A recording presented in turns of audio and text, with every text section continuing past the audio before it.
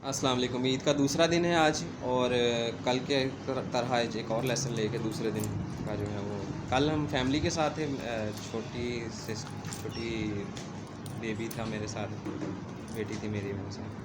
तो यहाँ पर एक लेसन मैं आज शेयर करना चाहूँगा कि जो मर्ज़ी हो जाए इंसान को मैरिड लाइफ के बाद अपने बहन भाइयों का बहुत ज़्यादा ख्याल रखना चाहिए, उनको भी प्रॉपर टाइम देना चाहिए। कभी भी ऐसे ये जो पर्सन्स भी ये करते हैं कि शादी के बाद सिर्फ़ और सिर्फ अपनी वाइफ के और अपने बच्चों के होकर रह जाते हैं, वो बहुत गलत करते हैं अपने बहन भाइयों के साथ, छोटे बहन भाइयों के साथ स्पेशली, और इन जनरल तमाम बहन भाइयों के साथ सबको साथ लेकर चलना चाहिए। तो आज हमारे साथ हैं जवाद अब्दुल्ला साहब, जो कि हमारे साथ आज आउटिंग पे आए हुए हैं, थोड़ा घूमने फिरने आए हुए हैं हम लोग। चलें इसी बहाने। कैसा महसूस हो रहा है जी आपको? जी, मुझे बहुत बहुत अच्छा लग अच्छा रहा है। महसूस हो रहा है।